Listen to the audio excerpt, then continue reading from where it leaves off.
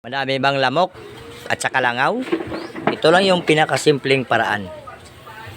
Yung ginamit mo na pritong mantika, huwag mo itapon. Ilagay mo sa lalagyan at pagkatapos, lagyan mo ng organo. Lagyan mo din ng kalamansi.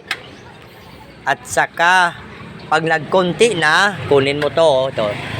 Lagyan mo ng tubig. Ito, like ito. Oh, lagyan mo ng tubig pag nagkunti na. Oh, tingnan mo. Matumato lang na sa lagay. Oh, na. Oh, kita mo na.